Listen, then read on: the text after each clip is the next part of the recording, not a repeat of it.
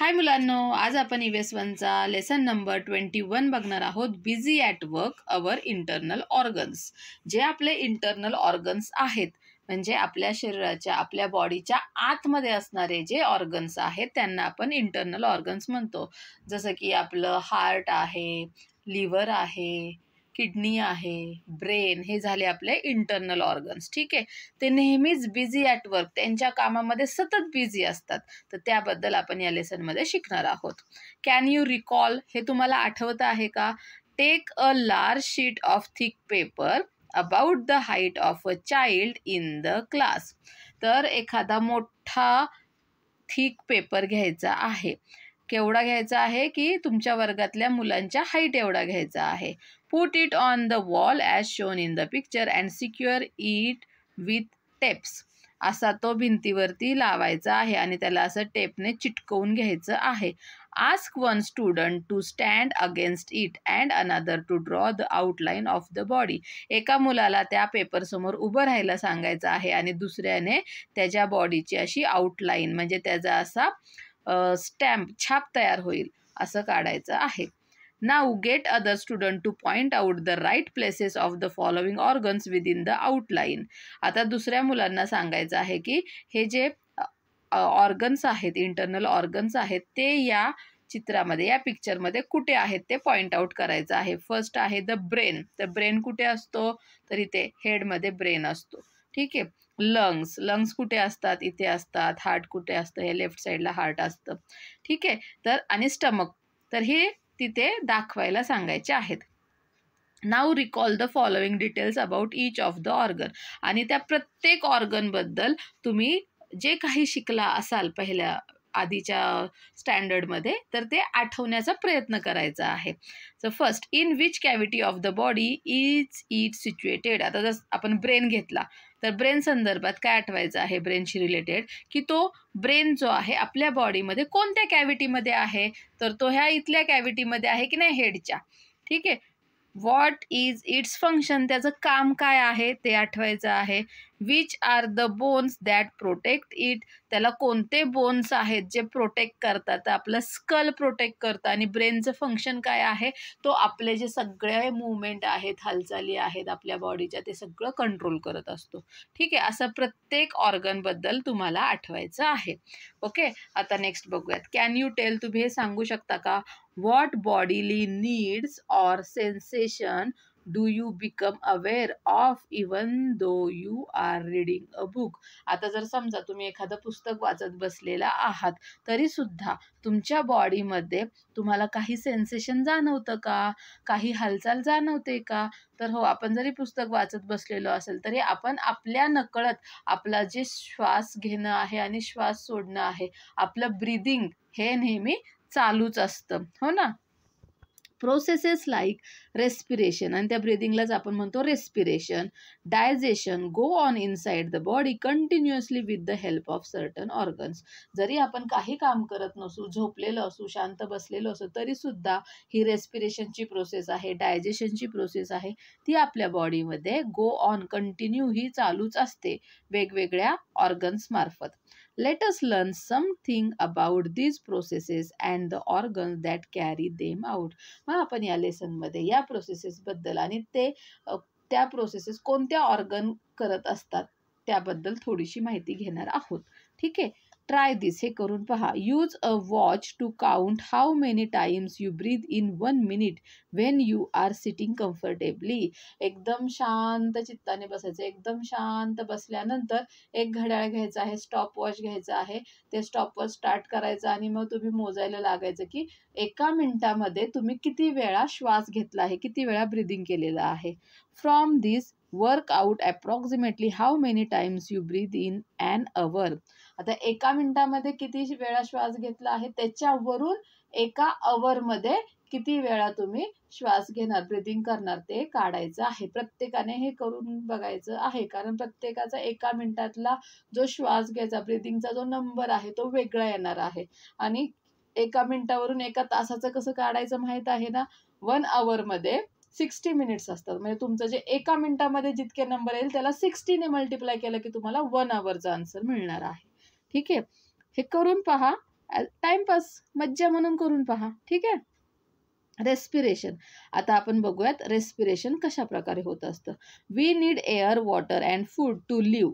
आपल्याला जगण्यासाठी एअर हवा पाहिजे, वॉटर पाणी पाहिजे, फूड खाण्यासाठी अन्न पाहिजे. It is necessary for the body to get a continuous supply of oxygen. जर आपल्याला जिवंत राहायचं असेल तर आपल्या शरीराला कंटिन्यू ऑक्सिजन मिळालाच पाहिजे. We get this oxygen from the air through breathing. आणि हा ऑक्सिजन आपल्याला हवेतून ब्रिदिंग करताना आपण जेव्हा श्वास घेतो तेव्हा मिळतो. That is why we breathe continuously. आणि म्हणूनच आपण आपलं जे ब्रिदिंग आहे ते कंटिन्यू सुरू असतं. In our body there are organs that carry out the work of respiration. आपल्या शरीरामध्ये हे रेस्पिरेशनचं काम करण्यासाठी एक ऑर्गन असतात. ठीक आहे, अवयव असतात. Read their names in the diagram on the next page and also their description. आता नेक्स्ट पेजवरती त्याची डायग्रॅम दिलेली आहे, त्याच्यामध्ये तुम्ही त्याची नावे वाचू शकाल. हे बघा, ही त्याची डायग्रॅम आहे. हे नोज आहे, इथून आपण हवा आत घेतो. हा असतो ट्रॅचिया किंवा विंड पाईप आहे, ते लंग्समध्ये जाते ती हवा. आणि हा डायफ्रॅम आहे. ही आहे आपली रेस्पिरेटरी सिस्टीम. ओके, तर आता ती बघूया. The diagram above shows our respiratory organs. या डायग्रॅममध्ये आपल्याला हे रेस्पिरेटरी ऑर्गन्स दिसत आहेत. वेन वी इनहेल, इनहेल म्हणजे जेव्हा आपण श्वास आत घेतो, बाहेरची हवा आपल्या शरीरामध्ये घेतो, त्याला इनहेल म्हणतो. The air from outside goes into the trachea. जी आपण नाकातून हवा इनहेल केली की ती ह्या ट्रॅचियामधून म्हणजेच विंड पाईपमधून जाते. And through its branches into the lungs. आणि ही अशी ट्रॅचियामधून इथे 2 ब्रांचेस होतात आणि मग ती लंग्समध्ये पोचते. ठीक आहे. In the lungs these branches divide further into smaller and smaller branches. आता ही या ब्रांचमधून या लंग्समध्ये आली की ह्या लंग्समध्ये बघा अजून इथे अशा ब्रांचेस आहेत, छोट्या छोट्या ब्रांचेस आहेत. तर ती जी एअर आहे ती अशी या सगळ्या ब्रांचेसमध्ये पोहोचते. At the end of the last branches there are air sacs or alveoli. आणि या आता ही जी ब्रांच संपली की ह्याच्या इथं एअर सॅक्स असं एक रिकामी सॅक असते, त्याच्यामध्ये जाऊन ती हवा बसते. तर त्यालाच आपण एअर सॅक किंवा अल्विओली असं म्हणतो. Between the thoracic cavity and the abdominal cavity. आता हे जे आलं ह्या डायफ्रॅमच्या वरचं हे झाली थोरॅसिक कॅव्हिटी आणि खाली इथे स्टमकचा भाग आहे तर ती झाली abdominal cavity. There is an organ like a flexible sheet. तर या दोघांमध्ये ही थोरॅसिक कॅव्हिटी आणि ही ॲब्डॉमिनल कॅव्हिटी, तर त्याच्यामध्ये एक असं फ्लेक्झिबल शीट आहे, तर त्याला आपण it is called the diaphragm. तर त्याला काय म्हणतो? डायफ्रॅम असं म्हणतो. ठीक आहे, समजलं. आता आपण बघूया the diaphragm and it's movement. आता हे डायफ्रॅम म्हणजे काय आहे आणि त्याची मुवमेंट कशी होती ते आपण बघूया. When the diaphragm moves downward we breathe in and the incoming air fills the alveoli in the lungs. जेव्हा हा जो डायफ्रॅम आहे तो खाली सरकतो, ठीक आहे, तेव्हा नाकावाटे हवा आत घेतली जाते आणि ती फुफ्फुसात येते आणि त्या अल्विओली, त्या एअर सॅक असतात की नाही त्याच्यामध्ये ती हवा भरली जाते. When the diaphragm moves upwards air in the lungs is pushed out.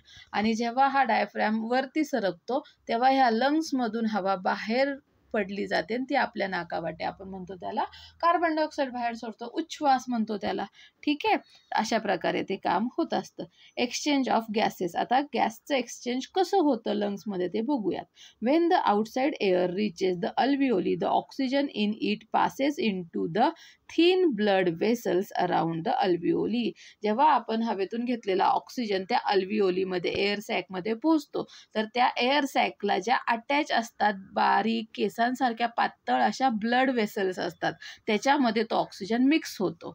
With the blood it is carried to all parts of the body. आणि त्या ब्लडसोबत तो आपल्या शरीराच्या, आपल्या बॉडीच्या सर्व भागांमध्ये, सर्व पार्ट्समध्ये पोहोचला जातो.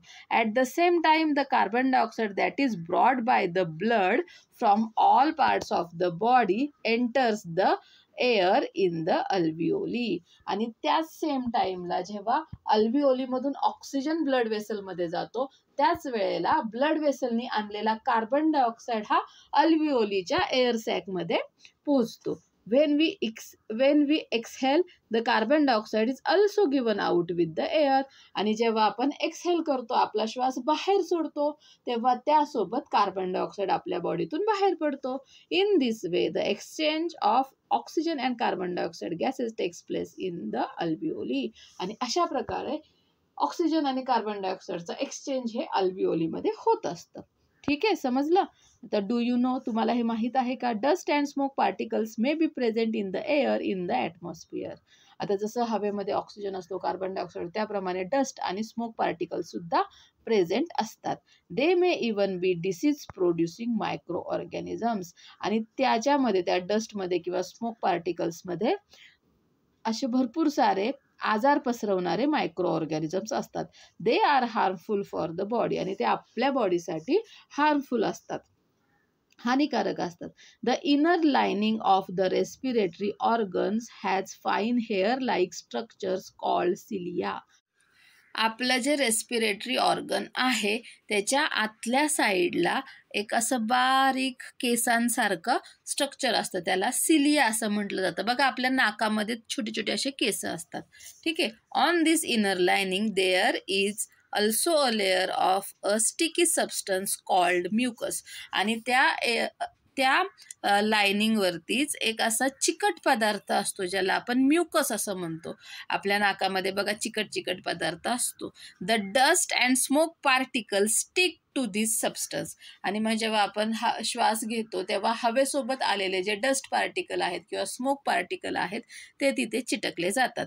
दस the harmful substance in the air can not reach the lungs. आणि अशा प्रकारे जे हवेमधले हार्मफुल सबस्टन्सेस आहेत, जे हानिकारक घटक आहेत, ते आपल्या लंग्सपर्यंत पोहोचत नाहीत, आपल्याला शुद्ध हवाच मिळते. ठीक आहे.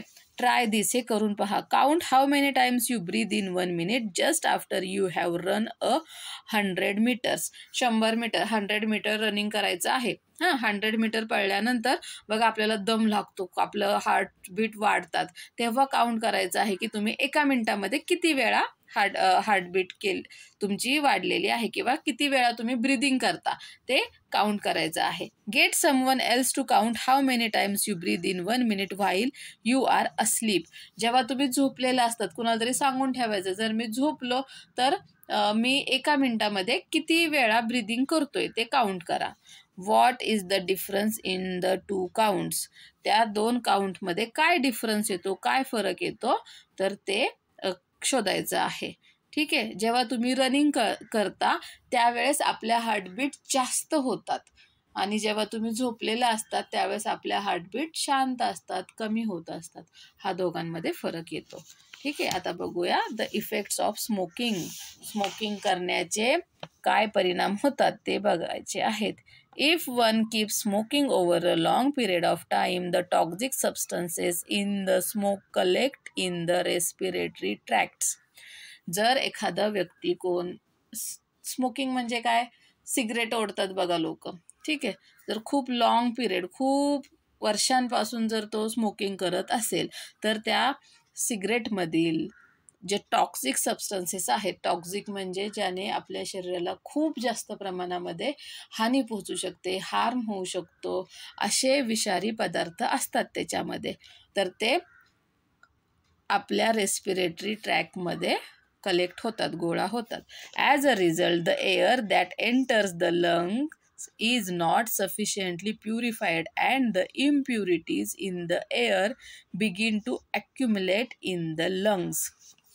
आणि त्याच्यामुळे ते आपल्या रेस्पिरेटरी ट्रॅक्टमध्ये असल्यामुळे ते कोणते टॉक्सिक सबस्टन्सेस, जेव्हा आपण श्वास घेतो तेव्हा जी हवा आपल्या शरीरामध्ये, आपल्या बॉडीमध्ये, आपल्या लंग्समध्ये जाते ती पूर्णपणे प्युरिफाय झालेली नसते आणि तेव्हा हवेमधल्या ज्या इम्प्युरिटीज आहेत त्या आपल्या लंग्समध्ये ॲक्युमुलेट, गोळा व्हायला सुरुवात होते, त्या तिथे येऊन थांबतात. As a result the efficiency of the lungs is reduced. आणि त्याच्यामुळे मग लंग्सचं जे काम आहे, काम करण्याची जी इफिशियन्सी आहे ती कमी होते, ती आपले लंग्स व्यवस्थित काम करत नाहीत. The likelihood of getting diseases of the lungs increases. आणि मग आपल्याला लंग्सचे आजार व्हायला सुरुवात होते. The solid particles in the tobacco smoke from the cigarette और bidi form a sticky layer inside the alveoli. जे तंबाखू, जे सिगारेट किंवा बीडी असते त्याच्यामध्ये तंबाखू असते, तर त्याच्यामधले जे सॉलिड पार्टिकल्स आहेत, जेव्हा आपण स्मोक करतो तेव्हा ते अल्व्हिओलीच्या आतमध्ये जाऊन एक स्टिकी लेअर तिथे तयार करतात. This reduces the amount of oxygen supply to the body. आणि अल्व्हिओलीच्या वरती तो स्टिकी लेअर असल्यामुळे जास्त प्रमाणात ऑक्सिजन हा ब्लडमध्ये मिक्स होत नाही. In addition, some toxic substances in the tobacco also enter the alveoli. आणि काही जे तंबाखूमधील, टोबॅकोमधील जे हार्मफुल सबस्टन्सेस, टॉक्सिक सबस्टन्सेस आहेत ते सुद्धा अल्व्हिओलीमध्ये पोहोचतात. These ill effects lead to diseases of respiratory organs including life-threatening disease like lung cancer. आणि या सर्व कारणांमुळे आपल्याला रेस्पिरेटरी ऑर्गनचे डिसीजेस होतात. म्हणजे आपण म्हणतो श्वसनासंदर्भात डिसीज होतात, आजार होतात. मग दम लागू शकतो, दमा होऊ शकतो, किंवा जीव घेणारा लाईफ थ्रेटनिंग म्हणजे ह्याच्यामध्ये जीव सुद्धा जाणारा लंग कॅन्सर होतो. ओके. आणि कॅन्सरवरती अजून कोणताही इलाज नाही आहे, कोणतंही औषध अजून कॅन्सरवरती तयार झालेलं नाही आहे. एखाद्याला कॅन्सर झाला तर तो बरा होऊ शकत नाही. समजलं? Okay. Passive smoking. Passive smoking म्हणजे काय आपण बघूयात. If there are people around us who smoke then we may have to face the consequences of smoking even if we do not smoke ourselves. आता तुम्ही तर म्हणाल मी तर काय स्मोकिंग करत नाही, मग मला तर काय होऊ शकत नाहीये. पण आपल्या आजूबाजूला जर कोणी स्मोकिंग करणारं असेल तर तो जो वास येतो सिगारेटचा, तो वास जरी आपल्या शरीरामध्ये गेला, आपण स्मोकिंग न करता, तरी सुद्धा तो आपल्याला तेवढाच त्रासदायक आहे. समजलं? That is why there is now a ban on smoking in public places. आणि म्हणूनच स्मोकिंगवरती पब्लिक प्लेसेसमध्ये स्मोकिंग करायला बंदी आहे, बॅन आहे. तुम्हाला जर असं कोण दिसलं, त्यांना जाऊन सरळ सांगायचं की पब्लिक प्लेसेसमध्ये स्मोकिंग करायचं नाही. तुम्ही एकटे जा कुठंतरी, तिथं स्मोकिंग करत बसा. ठीक आहे. A new word. आता आपण एक नवीन शब्द बघणार आहोत. ग्लँड. ग्लँड म्हणजे काय? तर an organ that secretes a certain substance. Gland म्हणजे एक विशिष्ट पदार्थ, सिक्रीट म्हणजेच तयार करणारा, स्रवणारा ऑर्गन, त्याला ग्लँड असं म्हणतात. आपण बघूया. डायजेशन म्हणजे आपण जे अन्न खातो त्याचं होणारं पचन. Let us now learn something about the alimentary canal, the digestive organ and their functions. आता आपण ह्याच्यामध्ये एलिमेंटरी कॅनल बघणार आहोत, आपलं डायजेस्टिव्ह ऑर्गन बघणार आहोत. ठीक आहे. आणि त्यांचे काय फंक्शन आहेत, त्यांची काय कामे आहेत हे आपण बघणार आहोत. पहिल्यांदा बघूया the alimentary canal. The food we eat is digested in our body. जे आपण फूड खातो ते आपल्या शरीरामध्ये, बॉडीमध्ये डायजेस्ट होऊन जातं, पचन होऊन जातं त्याचं. That is substances that can mix with the blood are form from the food. म्हणजेच डायजेस्ट होतं म्हणजे काय, तर आपण जे अन्न खाल्लेलं असतं तर ते रक्तामध्ये मिक्स होतं. ठीक आहे. त्याचं अन्नपचन होऊन ते ब्लडमध्ये मिक्स होत असतं. This process takes place in different parts of a long and flexible tube inside our body. आणि हे फंक्शन, हे प्रोसेस होण्यास, ही जी प्रोसेस आहे ती अशी एवढ्या मोठ्या अशा लॉंग आणि फ्लेक्झिबल ट्यूबच्या मध्ये होत असते. This tube is called the alimentary canal. आणि या ट्यूबला आपण काय म्हणतो? एलिमेंटरी कॅनल असं म्हटलं जातं. The upper end of this tube is the mouth and the lower end is called the anus. तर याचं हे अप्पर एंड आहे त्याला माउथ म्हटलं जातं, आणि जे लोअर एंड आहे तर त्याला ॲनस म्हटलं जातं. Okay. Even if there is a continuous tube going from the mouth to the anus, the shape of this tube is not same in all its part.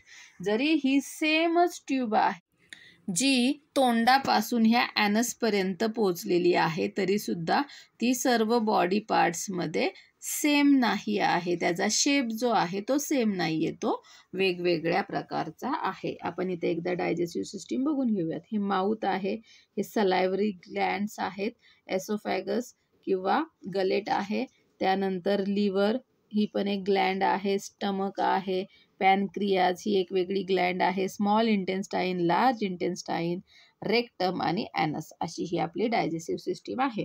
त्याच्याबद्दल बघूयात आपण आता डिटेलमध्ये. ठीक आहे. The different parts of the alimentary canal have different structures and functions. जे elementary कॅनलमधले वेगवेगळे part आहेत, त्याचं स्ट्रक्चर पण वेगवेगळं आहे आणि त्यांची कामे पण वेगवेगळी आहेत, त्याचं फंक्शन वेगळं वेगळं आहे. These different parts are called the digestive organs. आणि हे जे वेगवेगळे पार्ट्स आहेत त्याला म्हटलं जातं digestive organs. Certain glands outside the alimentary canal assist the process of digestion. आता आपण इथे ह्या 2 ग्लँड बघितल्या होत्या ना, त्या एलिमेंटरी कॅनलमध्ये नाही आहेत, पण त्या हे बघा, ही लिव्हर ही ग्लँड आहे आणि पॅनक्रियाज ही पण एक ग्लँड आहे. तर त्या काय करतात, डायजेशनमध्ये आपल्या हेल्प करत असतात. ठीक आहे. तर आता आपण डायजेस्टिव्ह ऑर्गन्स बघूयात. The process of digestion begins as soon as food is taken into the mouth. जेव्हा आपण फूड आपल्या तोंडामध्ये घालतो, जेव्हा आपण खायला सुरुवात करतो, तेव्हाच डायजेशनची प्रोसेस ही सुरू होत असते. The teeth, tongue and saliva all help to convert food into a soft moist ball called a bolus which is easy to swallow. आता आपण जर तशीच चपाती खाल्ली, तशीच भाकरी खाल्ली, न चावता ती आपल्याला गिळता येईल का? नाही. त्यासाठी आपण काय करतो, ते दाताने चावून चावून चावून बारीक करतो. आपण जेव्हा ते दाताने चावत असतो तेव्हा आपल्या तोंडातली जी थुंकी आहे किंवा लाळ आहे, सलायवा म्हणतात त्याला, ती त्याच्यामध्ये मिक्स होत असते आणि ती चपाती मग मऊ होते, मऊ बॉल होतो, त्याला बॉलस असं म्हटलं जातं. आणि ते मग आपल्याला गिळायला तो घास सोपा जातो. म्हणून म्हटलेलं आहे 32 वेळा 32 वेळा एक घास चावायचा. त्याच्यामध्ये चांगल्या प्रमाणामध्ये सलायवा मिक्स झाला. सलायवा आपल्या शरीरासाठी खूप चांगला असतो. ठीक आहे. तर तो आपण मग गिळायचा.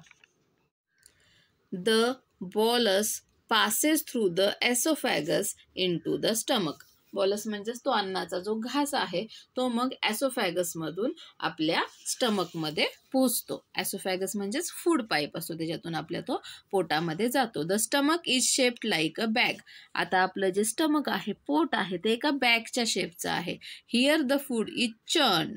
आता तिथे माझा मुलगा काय म्हणायचा लहान असताना, आतमध्ये मिक्सर असतो, तिथे फूड मिक्स होतं आई, असं म्हणायचा. तर ते सेम तशी प्रोसेस होती. तिथं फूड जे आहे ते काय केलं तर एकदम मिक्सरमध्ये कसं बारीक होतं त्याप्रमाणे ते चर्न केलं जातं, बारीक केलं जातं. The digestive juices in the stomach bring about some digestive processes. आणि ते इथे चर्न होताना डायजेस्टिव्ह ज्युसेस आहेत ते त्याच्यामध्ये मिक्स होत असतात आणि डायजेस्टिव्ह प्रोसेसला सुरुवात तिथे होते. At the same time some disease producing germs in the food are also destroyed. आणि हे सर्व होत असताना आपण जेव्हा अन्न खातो तेव्हा जर काही जर्म्स गेले आपल्या शरीरामध्ये ज्याने डिसीज होऊ शकतो तर ते सुद्धा डिस्ट्रॉय केले जातात, नष्ट केले जातात. The food changes into a thin slurry in the stomach. आणि मग ते जे आपण खाल्लेलं अन्न होतं जे की सॉलिड होतं तर त्याच्यानंतर पातळ अशी थिन स्लरी आपल्या पोटामध्ये होते. Then it passes into the small intestine. आणि त्यानंतर हे ह्या स्मॉल इंटेस्टाईनमध्ये पास होते, पुढे ढकलले जाते. ओके. आता पुढे बघूयात आपण. The small intestine of an adult is about 7 meters long. हे जे स्मॉल इंटेस्टाईन आहे, तर जर मोठी व्यक्ती घेतली, मोठी माणसे, तर त्याची जी लेंथ आहे ती किती आहे, 7 मीटर लॉंग आहे. Okay. The digestive juices in the intestine bring about several digestive processes. आता इथे सुद्धा इंटेस्टाईनमधले डायजेस्टिव्ह ज्युसेस त्याच्यामध्ये मिक्स होत असतात आणि वेगवेगळ्या डायजेस्टिव्ह प्रोसेसेस सुरूच असतात. The secretions of some glands also help the process of digestion. आणि त्या आपण ज्या बाहेर ग्लँड्स बघितल्या होत्या, पॅनक्रियाज वगैरे, तर त्याचं इथे सिक्रेशन होत असतं आणि ते सुद्धा डायजेशनच्या प्रोसेसला मदत करत असतात. As a result of all these digestive processes certain substances are produced. आणि हे सर्व डायजेशन प्रोसेस होत असताना तिथे काही वेगवेगळे सबस्टन्सेस तयार होतात. These are useful to the body and can mix with the blood. आणि हे जे सबस्टन्स तयार झालेले आहेत ते आपल्या बॉडीसाठी युजफुल असतात, उपयोगी असतात आणि ते ब्लडमध्ये मिक्स होऊ शकतात. In the small intestine they are absorbed into the blood. आणि स्मॉल इंटेस्टाईनमध्ये मग ते जे तयार झालेले सबस्टन्सेस आहेत ते ब्लडमध्ये ॲब्झॉर्ब होऊन जातात. The remaining substances pass into the large intestine. आणि आता हे स्मॉल इंटेस्टाईनमधले काही जे घटक आहेत ते ब्लडमध्ये मिक्स झाले आणि जे उरलेले असतात ते लार्ज इंटेस्टाईनमध्ये पुढे पाठवले जातात. Large intestine of an adult is about 1.5 meters long. आता हे जे लार्ज इंटेस्टाईन आहे तर ते 1 ते 1.5 म्हणजे 1 ते 1.5 मीटर लॉंग असते. Here much of the water in the remaining substances is absorbed into the body and feces or stools are formed. आणि इथे काय होतं, त्याचे राहिलेले जे काय स्मॉल इंटेस्टाईनमधून आलेलं आहे जे लार्ज इंटेस्टाईनमध्ये आहे, मग तिथे त्याच्यामध्ये जास्त प्रमाणामध्ये पाणी जे आहे ते आपल्या बॉडीमध्ये ॲब्झॉर्ब केलं जातं आणि मग जे राहिलेलं आहे ते आपल्या शरीरावाटे बाहेर टाकण्यासाठी त्याचं फेसेस आणि स्टूल तयार होत असते. The faeces collect in the rectum for some time, later they are expelled from the body through the anus. आता हे जे फेसेस आहे ते रेक्टममध्ये थोड्या काळासाठी साठवून ठेवलं जातं आणि नंतर मग ॲनसमार्फत आपल्या बॉडीमधून ते बाहेर टाकून दिलं जातं. जे अन्न आपल्याला न लागणारं होतं, न पचलेलं आहे ते टाकून दिलं जातं आपल्या बॉडीतून बाहेर. ठीक आहे. डू यू नो, तुम्हाला हे माहीत आहे का? A sufficient quantity of water is necessary for the process of digestion to take place properly as well as for the food to keep moving through the alimentary canal. जर आपलं हे डायजेशनची process व्यवस्थित व्हायला पाहिजे, आपण जे खाल्लेलं फूड आहे ते कीप मूव्हिंग, पुढे पुढे सरकलं पाहिजे अगदी सुरळीतरित्या चांगल्या प्रकारे ॲलिमेंटरी कॅनलमध्ये, तर आपल्याला सफिशियंट क्वांटिटी ऑफ वॉटर, पुरेसं पाणी पिणे आवश्यक आहे. If one does not drink enough water one becomes constipated. That means one passes hard stool or does not pass it regularly.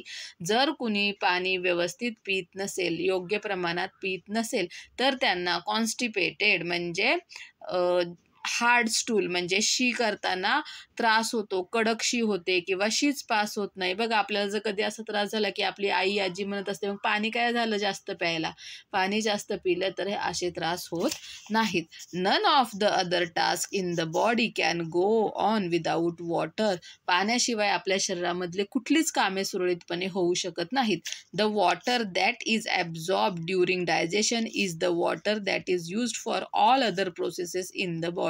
आणि हे जे आता आपण बघितलं लार्ज इंटेस्टाईनमध्ये जे आपल्या बॉडीमध्ये पाणी ॲब्झॉर्ब केलं जातं तेच पाणी सर्व प्रोसेसेससाठी वापरलं जातं. That is why it is so important to drink adequate quantities of water. आणि त्याचमुळे योग्य प्रमाणामध्ये जितकं आपल्या बॉडीला पाणी लागतंय तेवढं पाणी पिणं खूप महत्त्वाचं आहे. समजलं? म्हणजे पाणी भरपूर प्यायचं. आता तर उन्हाळा सुरू झाला की आपण जेवढं पाणी पित होतो त्यापेक्षा थोडं जास्तच पाणी प्यायचं. Okay. Second, the upper ends of the both the oesophagus and the windpipe open in the throat next to each other. जे एसोफॅगस आणि विंड पाईप आहे तर आपल्या घशामध्ये ते दोन्ही पाईप एका शेजारी एक असतात आणि ते दोन्ही वरून ओपनच असतात. When the food is swallowed the wind pipe remains close. आणि त्याला झाकण नसतं बरं का, एकच झाकण असतं. जेव्हा आपण अन्न खातो तेव्हा विंड पाईप जो आहे तो बंद होतं. ठीक आहे. But when we eat in a hurry the food may enter the windpipe and cause us to choke on it. आणि मग जेव्हा गडबडीत पटपट खातो की नाही तेव्हा बघा आपल्याला ठसका लागतो. का तो ठसका लागतो माहिती आहे का? की फूड पाईपमधला एखादा कण जो आहे तो विंड पाईपमध्ये जातो. पण ते तर विंड पाईप आहे, ते फूड पाईप आहे का? नाही. आणि त्यामुळे तो ठसका लागतो आणि त्या ठसक्यातून तो कण बाहेर फेकला जातो. That is the reason why we must not eat in a hurry. आणि म्हणून घाईघाईमध्ये कधीच जेवू नये. We must also avoid speaking and eating at the same time. बोलणे आणि खाणे हे एकाच वेळेस करायचं नाही. म्हणजे खाताना बोलायचं नाही. पहिले बोलून घ्यायचं मग खायचं, नाही तर पहिले खाऊन घ्यायचं आणि मग बोलायचं. खाता खाता बोललं की ठसका हमखास लागतो. समजलं? आता नेक्स्ट बघूयात. डू यू नो, तुम्हाला हे माहीत आहे का? If we want healthy teeth we need to look after them. जर तुम्हाला हेल्दी टीथ पाहिजे, तुमचे दात जर चांगले राहिले पाहिजेत तर तुम्हाला त्यांची काळजी घेतली पाहिजे. Every tooth has a covering of enamel which protects the delicate inner parts of the tooth. प्रत्येक दाताच्या वरती एक इनॅमलचं कवरिंग असतं. ते काय करत असतं? आपला जो दाताचा इनर पार्ट आहे, जो आतला भाग आहे, तर त्याला प्रोटेक्ट करत असतं. ठीक आहे, त्याचं रक्षण करत असतं. Enamel is the hardest substance in our body. आपल्या शरीरातला सर्वात हार्ड सबस्टन्स कोण आहे? हार्डेस्ट सबस्टन्स, सगळ्यात कडक सबस्टन्स असेल तर ते आहे इनॅमल. ठीक आहे. But if we do not keep our teeth clean even this enamel corrodes and teeth decay. जरी आपण आपले दात स्वच्छ ठेवले नाही तर हे जे इनॅमल आहे तर ते काय होतं? करोड्स होतं. म्हणजे काय होतं? म्हणजे ते गंजतं आणि त्या दात हा खराब होतो आपला. ठीक आहे, समजलं? While having our meals we enjoy many different taste and flavours. जेव्हा आपण जेवतो तेव्हा आपण एकच प्रकारचं नुसतं गोडगोडच जेवण खातो का? नुसतं तिखटच जेवण जेवतो का? नाही, तर सगळ्या टेस्ट, सगळे फ्लेवर आपल्या जेवणामध्ये असतात. We sense them using our tongue and nose. मग आपल्याला त्याची चव कशी कळते? तर आपल्याला वास सुद्धा येतो नाकाने आणि जिभेने त्याची चव समजते. But sometimes we find that the food items taste or smells bad. पण कधी कधी असं आपल्याला दिसतं की आपण जे फूड खाल्लेलं आहे, जे फूड आयटम्स आहेत ते त्याची चव पण चांगली लागत नाहीये, त्याचा वास पण चांगला येत नाही. It may be because the food is spoiled. हे कशामुळे होत असतं? तर कारण ते अन्न जे आहे ते खराब झालेलं असतं. ठीक आहे. One should pay attention to such changes in food. म्हणून जेवताना नेहमी लक्षात ठेवायचं, असे हे फूडमध्ये चेंजेस होत असतात, त्याच्याकडे लक्ष द्यायचं. जर समजा सकाळची भाजी आपण संध्याकाळी खायला गेलो तर ती कधी कधी अशी खराब झालेली असू शकते. बाहेरचं खाताना सुद्धा लक्षात ठेवायचं की त्याची चव कशी आहे, त्याचा वास कसा येतोय, नेहमीसारखा वास आहे का, नेहमीसारखी चव आहे का, असं लक्ष द्यायचं आहे. In case the food has really gone bad one can avoid eating it. आणि जर असं हे अन्न खराबच झालेलं असेल, जेवण खराब म्हणजे नासलेलं असेल किंवा खराब झाले, खूप वेळ झालाय बनवून आणि ते खराब होऊन गेले, तर ते खाऊ नये. समजलं? कॅन यू टेल, तुम्ही हे सांगू शकता का? Name the organs that bring about respirations. कोणते ऑर्गन आपलं रेस्पिरेशन करतात माहिती आहे का? आपलं हार्ट आहे जे आपलं रेस्पिरेशन करतं. नोज पासून विंड पाईप आपण बघितलं की रेस्पिरेटरी सिस्टीम. ठीक आहे. Systems in the body. आता आपण आपल्या शरीरातल्या सिस्टीम्स बघूयात. You have seen how several organs work together to bring about respiration. आताच आपण रेस्पिरेशन कसं होतं ते बघितलं.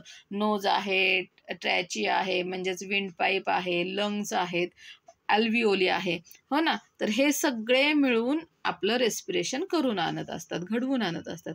If even one of these organs does not function properly the process of respiration will not be completed.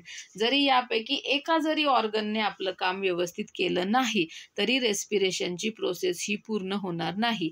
A group of organs which work together to carry out a function of the body is called a system. मग अशा वेळेस खूप सारे organ एकत्र येऊन एक काम करायला मदत करत असतील, एकत्र काम करत असतील, तर त्या सर्व ऑर्गनचा जो ग्रुप आहे त्याला सिस्टीम असं आपण म्हणतो. Thus the nose, trachea, lungs and the diaphragm together make up the respiratory system.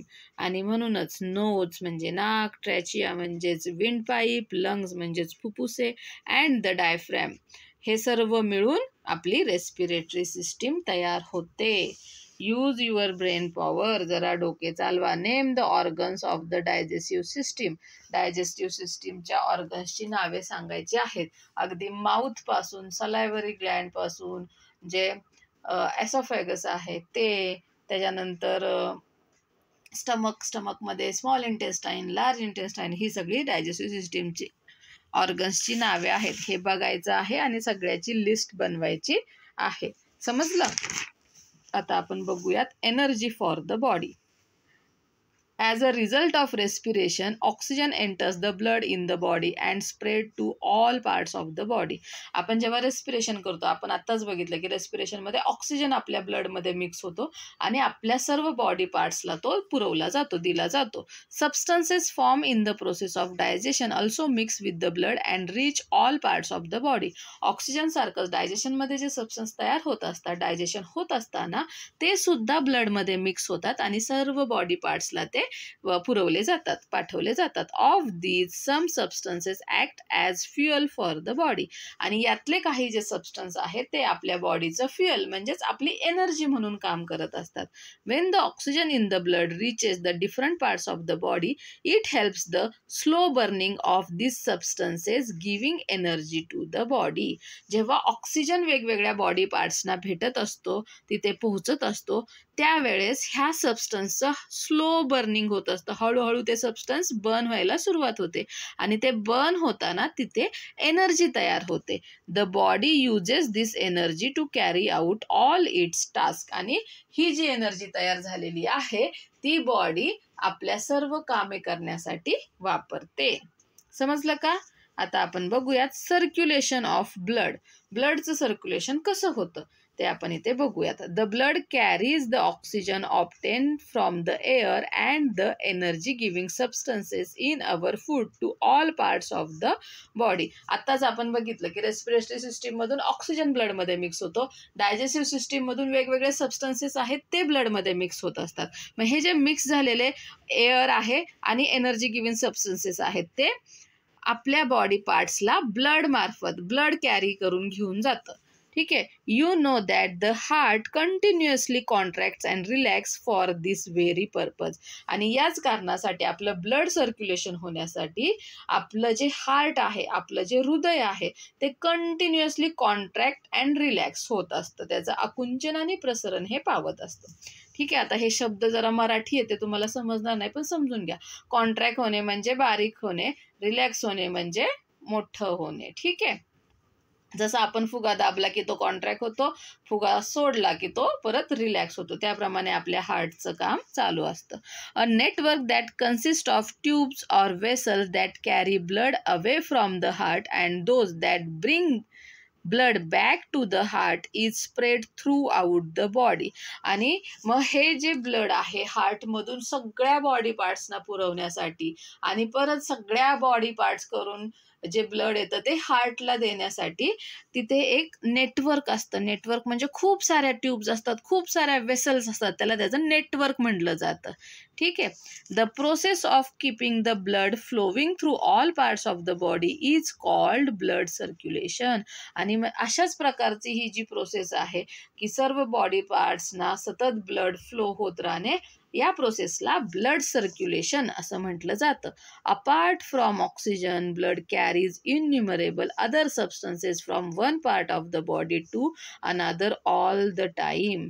आता आपण फक्त बघितलं की ऑक्सिजन आणि हे जे दुसरे सबस्टन्स आहेत तेच तयार होतात, पण फक्त तेवढंच नाही, ऑक्सिजनच नाही तर अजून वेगवेगळे जे सबस्टन्सेस आहेत ते एका पार्टपासून आपल्या बॉडीच्या दुसऱ्या पार्टपर्यंत ऑल द टाईम ही प्रोसेस चालूच असते. आणि हे किती सबस्टन्स आहेत? इन्युमरेबल आहेत, आपण सांगूच शकत नाही इतके सबस्टन्स ब्लड आहे ते कॅरी करून घेऊन जात असतं. That two is made possible by the circulation of blood. आणि हे सर्व कशामुळे पॉसिबल होतं तर ब्लड सर्क्युलेशनमुळे पॉसिबल होत असतं. ठीक आहे. The heart and the network of blood vessels together form the circulatory system. म्हणूनच ते जे हार्ट आहे, आपलं हृदय आहे आणि त्याचं जे ब्लड पोचवण्याचं किंवा ब्लड गोळा करण्याचं जे नेटवर्क आहे, तर हे दोन्ही मिळून सर्क्युलेटरी सिस्टीम तयार होत असते. As long as we are alive the process of blood circulation goes on continuously day and night. जोपर्यंत आपण जिवंत असू तोपर्यंत दिवस रात्र ही ब्लड सर्क्युलेशनची प्रोसेस जी आहे ती कंटिन्युअसली सुरूच असते. बघा, ह्या वेसल्स आहेत, हे नेटवर्क येते. ठीक आहे, ही आहे आपली circulatory system. Can you tell, तुम्ही हे सांगू शकता का? First, how do we know that we are hungry and that we should now eat. म्हणजे आपल्याला कसं समजतं की आपल्याला भूक लागली ना, आता आपण खाल्लं पाहिजे. Second, how do the salivary glands come to know that there is food in the mouth and it is time to secrete saliva? सलायव्हरी ग्लँडला कसं समजतं की आपल्या तोंडामध्ये फूड आलेलं आहे, अन्न आलेलं आहे आणि आता आपण सलायवा त्याच्यामध्ये सिक्रीट केला पाहिजे, त्याच्यामध्ये मिक्स केला पाहिजे. Third, what makes respiration and blood circulation go on all the time and the processes of digestion happen at the right time? Respiration, blood circulation हे सतत कसे चालू असतात आणि डायजेशनची प्रोसेससुद्धा वेळेवर झाली पाहिजे, हे कशामुळे होत असतं माहीत आहे का तुम्हाला? तर या सर्वाचं काम करत असते नर्वस सिस्टीम, ही नर्वस सिस्टीम. आता आपण त्याच्याबद्दल थोडी माहिती घेऊयात. ठीक आहे. The nervous system, the functions of the respiratory, circulatory and digestive system are vital for the body. Respiratory सिस्टीमचे, सर्क्युलेटरी सिस्टीमचे, डायजेस्टिव्ह सिस्टीमचे जे फंक्शन्स आहेत, जी कामे आहेत, ते आपल्या बॉडीसाठी अत्यंत व्हायटल म्हणजे खूप इम्पॉर्टंट आहेत. They have to be carried out ceaselessly. ते ही जी रेस्पिरेशन आहे, ब्लड सर्क्युलेशन आहे, डायजेशन आहे, ते सीजलेसली म्हणजे अखंडपणे न थांबता चालूच राहिले पाहिजे. There are some task that we carry out only when we like. For example speaking, running, studying, playing etcetera. अशी काही कामे आहेत जे आपल्याला फक्त वाटतं तेव्हाच आपण करतो, जसं की बोलणे, पळणे, अभ्यास करणे, खेळणे. पण respiration, circulation, blood circulation, digestion असं आहे का? तर नाही, ते सतत चालूच राहिलं पाहिजे. You have learned that coordination means paying attention to all the different functions and ensuring that they all occur at the right time and in the right manner. आता आपण कोऑर्डिनेशन शिकलेलो आहोत. कोऑर्डिनेशन म्हणजे काय? जी वेगवेगळी कामे होत असतात तेव्हा ती व्यवस्थित योग्य वेळी आणि योग्य पद्धतीनेच होणं गरजेचं आहे. त्यालाच आपण कोऑर्डिनेशन असं म्हणत असतो. म्हणजे जेवताना आपला जो घास आहे तो तोंडातच गेला पाहिजे, त्याला नाकात नाही गेला पाहिजे तो, हो ना. मग ते कसं होतं, आपला हात बरोबर आपल्या तोंडातच जातो ना. तुम्ही अंधारात सुद्धा खायला जा, आपण ते बरोबर तोंडातच घालतो. तर ह्याला आपल्या बॉडीचं कोऑर्डिनेशन म्हटलं जातं. ठीक आहे. तर maintaining this coordination is the function of the brain. आणि हे जे कोऑर्डिनेशन आहे ते व्यवस्थित मेंटेन करण्याचं काम जे आहे ते आपल्या ब्रेनचं, मेंदूचं आहे. There is a network that connects the brain with all the different parts of the body. आणि ह्या ब्रेनमध्ये जसं आता आपण इथे बघितलं होतं की नाही, ह्याचं ब्लडचं नेटवर्क आहे, त्याचप्रमाणे आपल्या ब्रेनमध्ये सुद्धा नेटवर्क आहे जे की आपल्या सर्व बॉडी पार्ट्सना जोडलेलं आहे. हे बघा, इथे हा आपला ब्रेन आहे आणि त्याच्या ह्या सगळे जे नर्व्स आहेत त्याने आपले बॉडी पार्ट जे आहेत ते कनेक्टेड आहेत. ठीक आहे.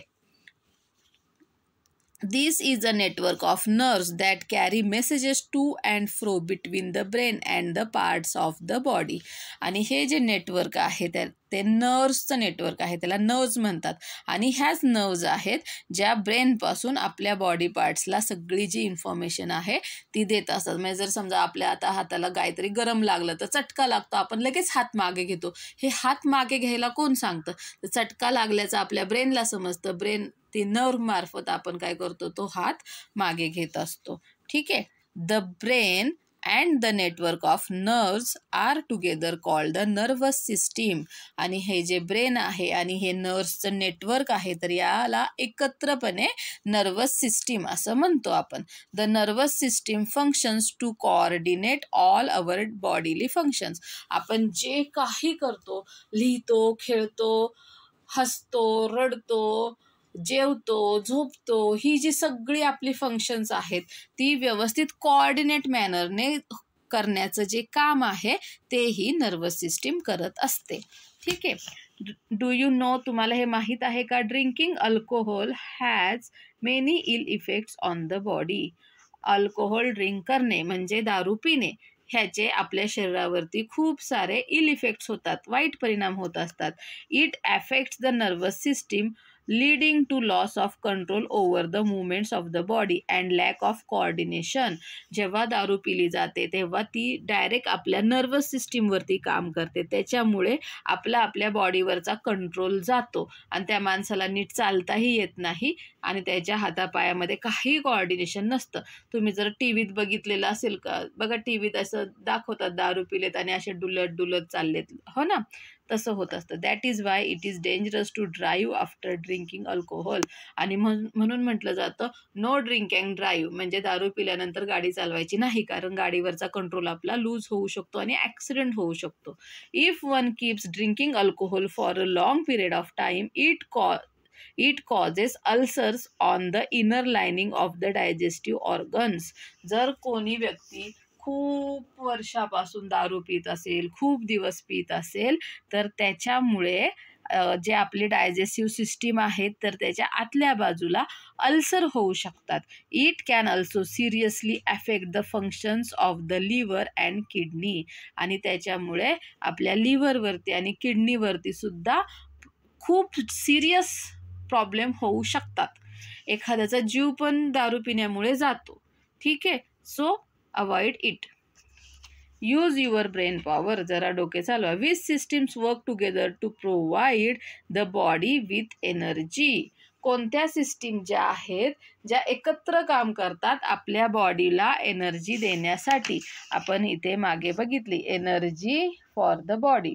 कोणती सिस्टीम आहे तर रेस्पिरेशन आहे आणि डायजेस्टिव्ह सिस्टीम आहे. या दोन्ही सिस्टीममधून आपल्या बॉडीला एनर्जी भेटत असते. ओके.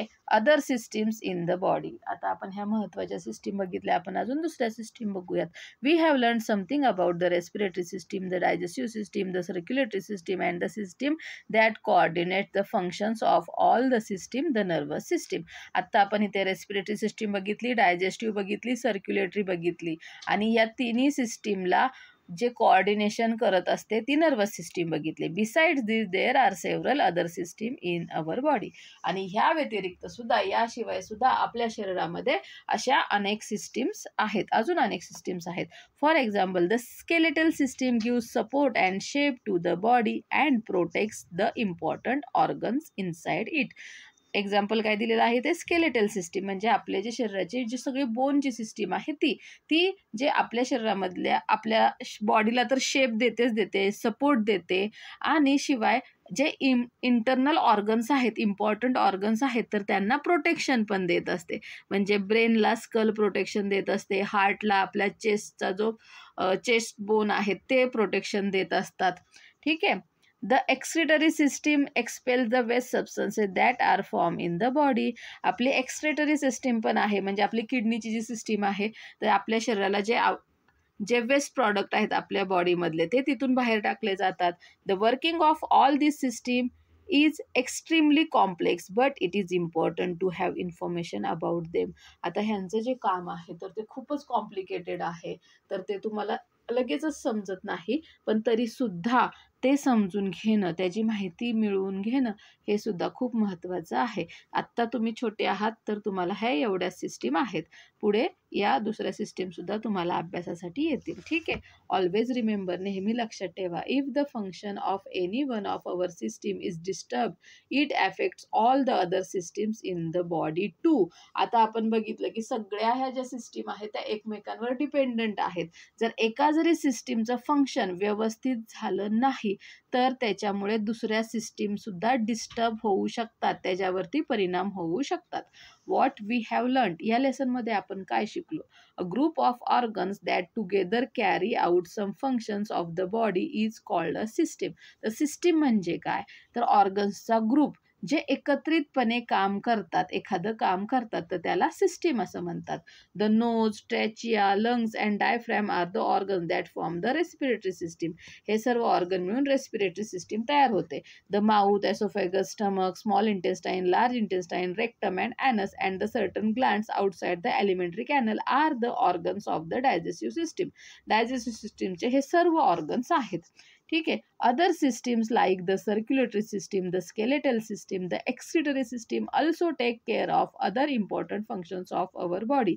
याशिवाय हे जे सगळे वेगवेगळ्या दुसऱ्या सिस्टीम आहेत, स्केलेटल असेल, एक्सिटरी असेल किंवा सर्क्युलेटरी असेल, तर हे सुद्धा आपल्या शरीराच्या, आपल्या बॉडीचे इम्पॉर्टंट फंक्शन्स म्हणजे महत्त्वाची कामे करत असतात. The nervous system coordinates all the functions of the body. आपल्या बॉडीचे सर्व कामे, सर्व फंक्शन कोऑर्डिनेट करण्याचं, व्यवस्थित करण्याचं काम जे आहे ते नर्वस सिस्टीम करते. For us to lead a healthy life all our systems must function smoothly. जर आपल्याला एक हेल्दी लाईफ पाहिजे असेल, निरोगी आयुष्य पाहिजे असेल, तर त्यासाठी आपल्या ह्या सर्व ज्या सिस्टीम आहेत त्या व्यवस्थित काम करणे आवश्यक आहे. सुरळीतपणे काम करणे, स्मूथली काम करणे आवश्यक आहे. ओके, समजलं? म्हणून काळजी घ्या. Bye bye. थँक्यू.